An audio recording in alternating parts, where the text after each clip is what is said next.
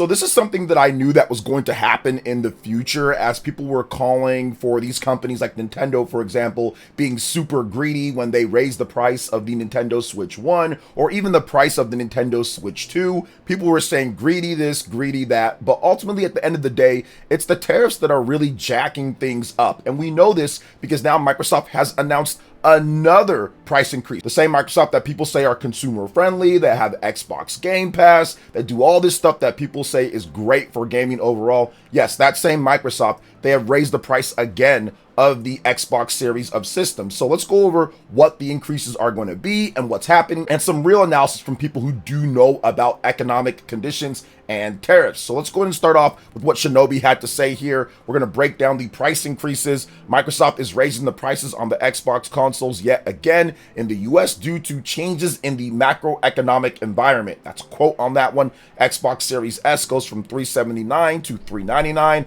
Xbox Series X goes from $599 to $649. Xbox Series X Digital Edition goes from $549 to $599, and the 2 terabyte Xbox Series X goes from $729 to $799. That's $800 plus you got to tack on tax on that one. Man, getting real close to $1,000 there when it comes down to it. So let's just talk about this overall, guys, because this is something that I've been saying for quite some time, that the tariffs are jacking up the prices of things. The large tariffs put on these different countries are jacking up the prices. And I got with you're defending, you're shilling, you don't know what you're talking about, it's this and that. Well, only when I said that about Nintendo. Now, when I said that about Sony or when I said that about Microsoft, I don't get all the accusations of shilling. I don't get all the name calling and all that. They just tell me I don't know what I'm talking about. I even had a debate or discussion on this very topic where after Nintendo increased the price of the Nintendo Switch 1 because of the tariffs, I had somebody come on and say, well, their business plan was bad and you don't see other people raising the price like Sony. And it was so funny because Sony raised the price of the PlayStation 5 and the PlayStation 5 Pro not too much longer after that. Microsoft had already raised the price once beforehand on the systems, and now we have another price increase. So I guess all of these companies are just incredibly greedy, just like Nintendo, right? They're just incredibly greedy, or they just have terrible business plans and they don't know what they're doing at all. And yes, that's the easy way of looking at it. But the real way, when it comes down to it, is the tariffs that are wreaking havoc on their business overall, which Nintendo, Microsoft, and Sony actually even wrote about multiple years ago, essentially begging the president in a really long document to not tariff them to death because it's going to cause great harm to their business overall. And that's exactly what is happening right now, guys. That's exactly what's happening. Now, Daniel Ahmed, who's also an economic analyst overall, and he deals with this stuff all the time due to his job, had this to say about the Xbox Series price increases. Trump's tariffs are negatively impacting gamers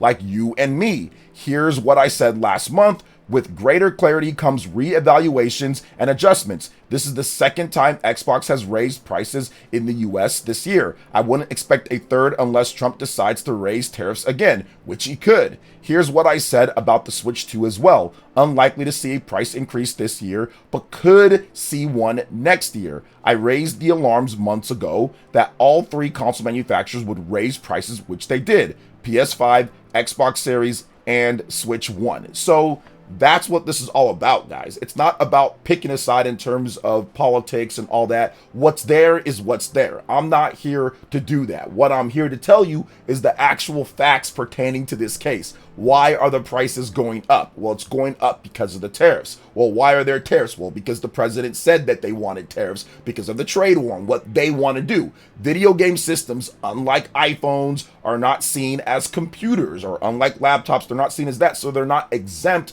to this massive tariff bump. And it's in pretty much every single country that these people operate. With Nintendo, you're talking about Vietnam. You're talking about Cambodia. You're talking about China. This is why you see amiibos and other things going up in price. If you're looking at Microsoft, they produce all of their Xbox Series systems from China. If you're looking at Sony, same thing, from China. So that's why we're seeing these price increases. Now, if you're looking at Microsoft, you're wondering, well, wait a minute, why would they increase prices? They already don't sell that much to begin with. Like, why are they increasing prices? And exactly, that's why this is really bad. This is really bad because Microsoft is in the worst position, not when it comes to cash in the bank or anything like that or monetary wise, but when it comes to actual sales, Microsoft is in by far the worst position between Nintendo and Sony. Sony sold over 80 million systems so far. Nintendo's already sold 150 plus million Switch 1s, and they're selling the Nintendo Switch 2. They've sold over 7 million Nintendo Switch 2 systems and consistently outsell Microsoft in pretty much every single region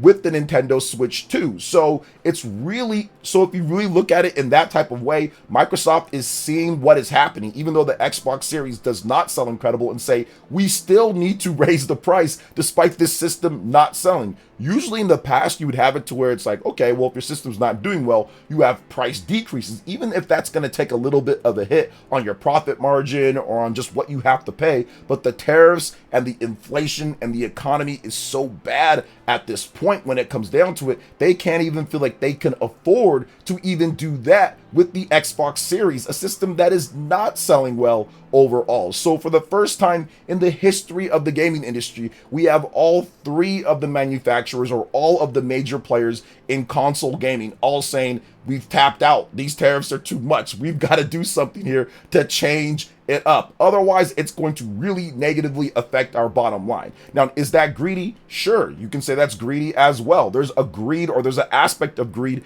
to every single major corporation that's multi-billion dollars and all that. That's not anything new. That's not a revelation. That's not anything that's like, oh my gosh, I've got a point here. They're greedy. Yes, we know that. That's how they got to have the billions of the dollars in the bank. It's because they are greedy. All of these companies can be. But if you're talking about what is the exact trigger or cause for the price increase, it is 100% the tariffs. If there were no tariffs here, this price increase wouldn't be happening. It'd probably be the same price or potentially even have some sales and discounts here and there, but that is not it. Inflation and tariffs are just kicking these systems' butts right now at this point, and I'm hoping that we don't see any further price increases with the Nintendo Switch 2, because that's something that could absolutely happen when it comes down to it, especially if there's more tariffs levied or if the inflation or the economy gets worse overall. So we could definitely see tariffs there too that could jump the price up of the Nintendo Switch 2. We could also see another price increase with PlayStation. I wouldn't take that out of the realm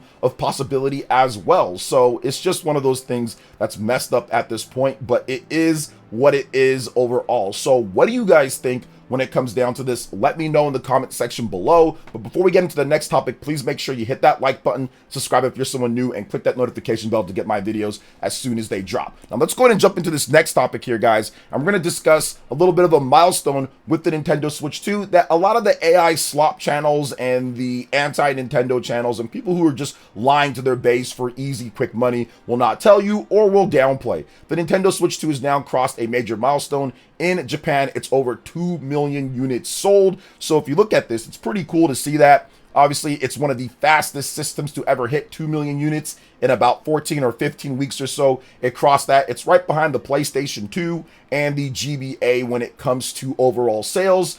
But I will say this is Famitsu data, and I don't think Famitsu data actually tracks the My Nintendo Store sales. Correct me if I'm wrong in the chat. So I do think that the Nintendo Switch 2 might actually be the fastest selling, even above the PlayStation 2 and the GBA. But so far, that is where it's at right now when it comes to the rankings of fastest selling or fastest to hit 2 million units. So very good overall. They've got a good lineup for the rest of the year with Pokemon Legends. You got Mario Galaxy 1 and 2 coming out, in addition to Kirby Air Riders, which I think is going to be pretty big in Japan. People love those directs in Sakurai there as well. You got Metroid Prime 4, Hyrule Warriors Age of Imprisonment as well. Pretty good solid roundup of games on top of third-party stuff that's coming out or just came out, like Trails in the Sky First Chapter and more. So I do think that that's going to help out quite a bit. And the Nintendo Switch 2 is obviously going to be the dominating system in Japan for the foreseeable future, just like the Nintendo Switch 1 dominated in Japan. And if you compare Switch 1 to Switch 2 launch line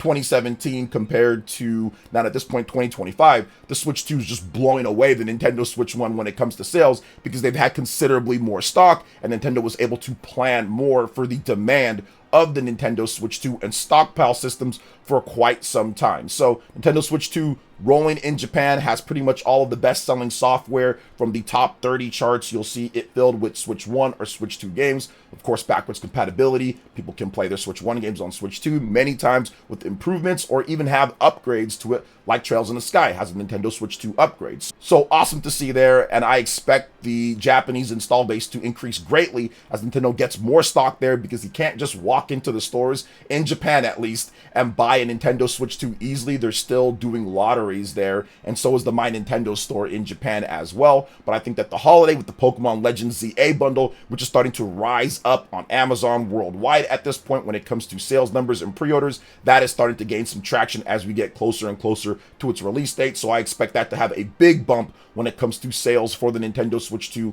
in Japan and heading into that big and important first holiday season. So what do you guys think about the Nintendo Switch 2 and what's happening here with the system in Japan, crossing that big milestone? Let me know in the comment section below. All right, and we've got some more big news coming out from Japan when it comes to Dragon Quest VII Reimagined. This is a game that a lot of people in Japan are going to be hyped to play, and a lot of people, not just in Japan, but worldwide, because they are taking that original PS1 3DS game and they are completely reimagining it, streamlining it, adding new content, new graphics. I mean, it looks really cool. So Mr. Yuji Horii himself, the Dragon Quest man, has commented on why they settled on remaking Dragon Quest VII first when it comes down to this reimagining and all of that. So let's talk about that. This was in a recent interview where we discussed it, saying that Dragon Quest VII Reimagined is progressing very smoothly and they're looking forward to talking about the game more soon. So Yuji Horii said this: a lot of things are moving around, but it was just done first by chance.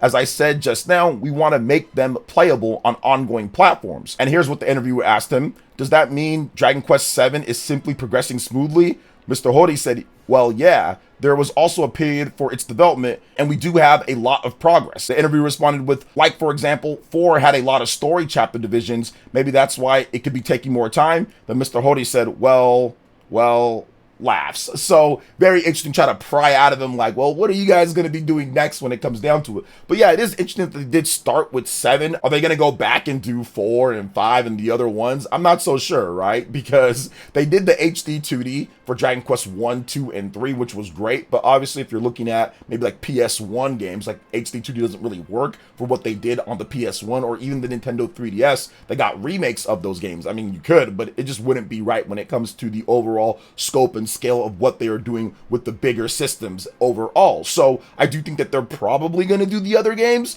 but it's going to be interesting to see how they do that. Hey, look, here's Dragon Quest VII Reimagined. Oh, in a couple of years, here's Dragon Quest 4 Reimagined or Dragon Quest 5. It's like, okay, going backwards, but hey, whatever. They're all kind of individual, different type of games anyway. It's not like it's some type of continuation, like you need to play all of them in a row. So it doesn't really matter when they do come out, just as long as they come out and they put out more games. But if they ran into it by chance, maybe it was because they were trying to get things going and testing out and seeing what worked best with the newer hardware. And maybe Dragon Quest VII was that. But I would love to hear more details on exactly how they're able to get this one going and what the thought process was behind it. But it looks like Mr. Horii is not actually revealing that. But when it comes to the actual game, they talked about this more, about the combat, how they retuned that. I love the fact that it's in full third person now. No more first person, or maybe there will be. Maybe you can toggle it in the options or something like that. But you can see your characters on the battlefield. It's not first person because there is no need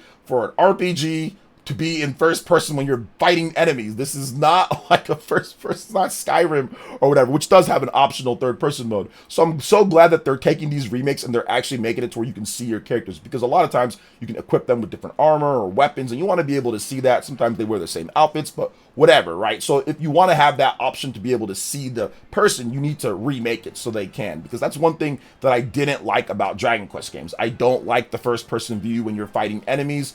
And it's the same thing like with Earthbound. I don't like the first person view. So it's good that they're actually taking away that when it comes down to the Dragon Quest remakes. And I think that this game is going to ultimately end up selling and doing really well. Dragon Quest VII is a game that a lot of people have not played, and it'll be a completely brand new game for the majority of people that are playing video games at this point, because it was a PS1 and 3DS game. And back when it came out on the PS1, nobody really knew about Dragon Quest like that here in the West. People didn't play it like that. And the 3DS version, well, definitely really popular, it wasn't up to the point where it's on all the different consoles. So I think this one's actually going to do really well. So what do you guys think when it comes to everything that we talked about here with the big price increases that are coming already with the Xbox Series and everything else? Let me know in the comment section below. All right, guys, that wraps it up for this video here. Thank you so much for watching. I do appreciate it. Please make sure you hit that like button, subscribe if you're someone new, click that notification bell, and check out my other Nintendo Switch 2 RPG videos and more right here on screen. Thanks for watching. We'll catch you guys for the next one. Peace.